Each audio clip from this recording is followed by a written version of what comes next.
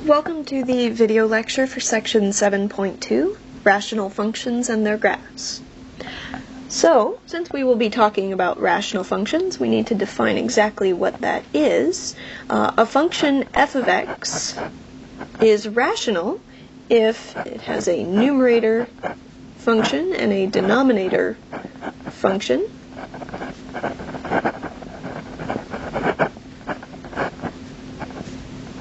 Now, there is a restriction. We say that p of x and q of x, the numerator and denominator, are both polynomials.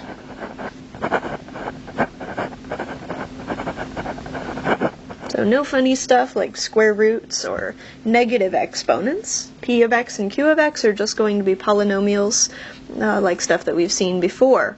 Which means that we can factor them and we can eventually cancel. We can find zeros and intercepts. And in particular, we can talk about the domain of this function. The domain will be all real numbers, excluding those which would make the denominator 0. In other words, excluding zeros of the denominator function.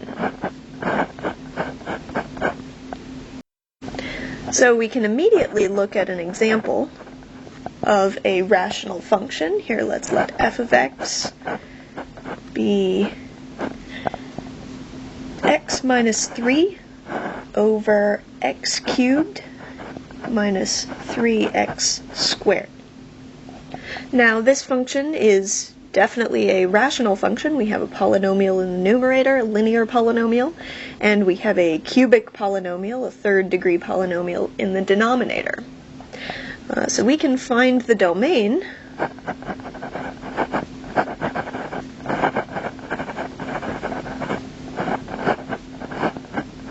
by looking at the denominator and saying the domain is going to be all real numbers except for those which make the denominator 0. So let's figure out when that happens. If x cubed minus 3x squared is equal to 0, then that implies, and we can start factoring, I can pull x squared out of x cubed and negative 3x squared and be left with x minus 3. So either x equals 0 or x equals 3. Now these two values are the problem. Those are the zeros of the denominator. So we would say the domain is all real numbers except x equals 0 and x equals 3. And we can put that in interval notation by saying everything up to 0 exclude 0, everything between 0 and 3, exclude 3, and everything greater than 3. Alright, so with these rational functions, our first concern is making sure that we don't divide by 0. Now, we have worked with a rational function, or a couple of rational functions in the past. We have seen the reciprocal function. This was one of our basic parent functions, 1 over x. Remember, its graph that we found by plotting several points looks something like this.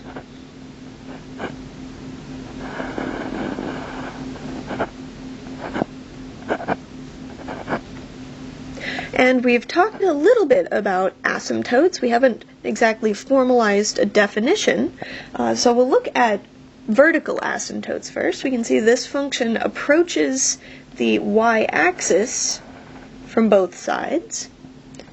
So formally, a vertical asymptote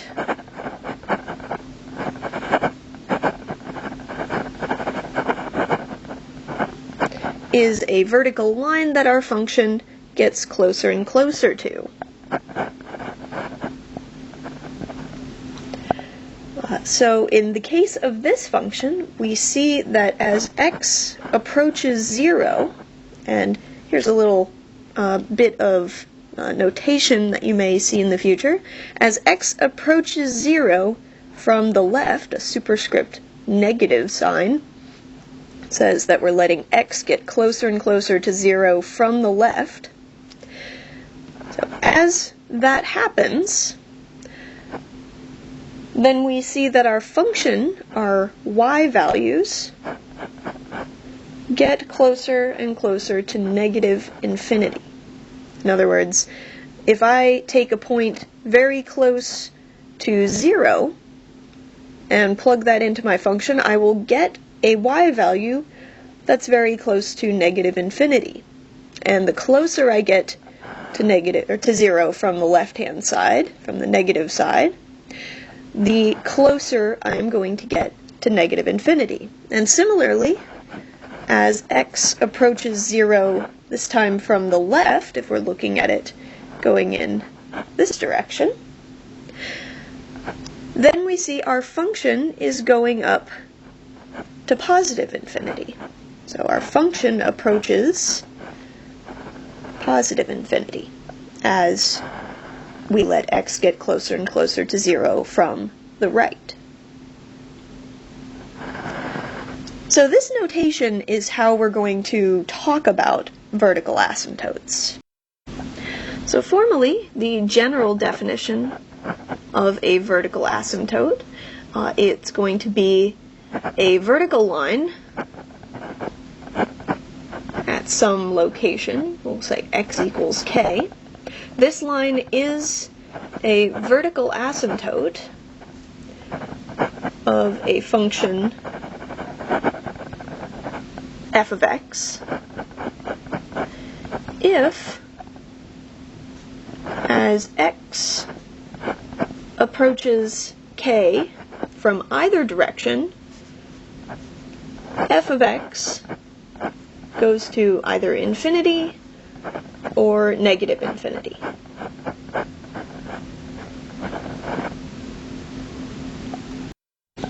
Now, that definition is not particularly helpful for our purposes. We would probably be more interested in finding the vertical asymptote rather than describing it. Now, we will need to describe it as a vertical line, but we have some procedure in order to find a vertical asymptote.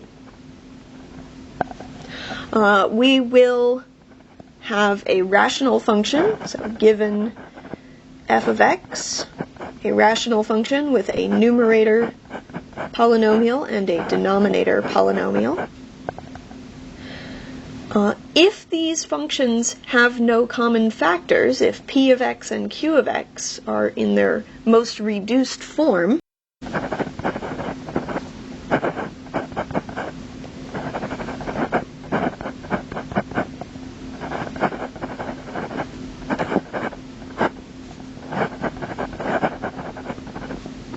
then we will immediately be able to pick out the location of our vertical asymptote.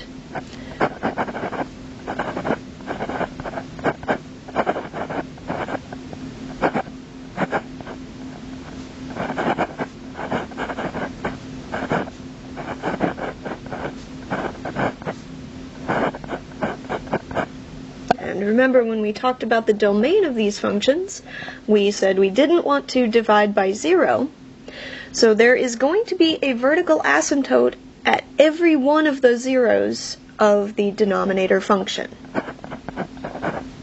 So for example, let's find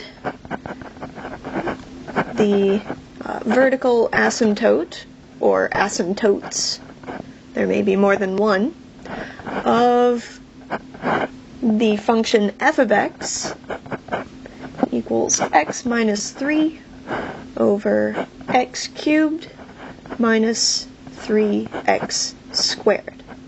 Alright, so this is the one that we looked at before, and remember we said that the domain of this excludes 0 and 3.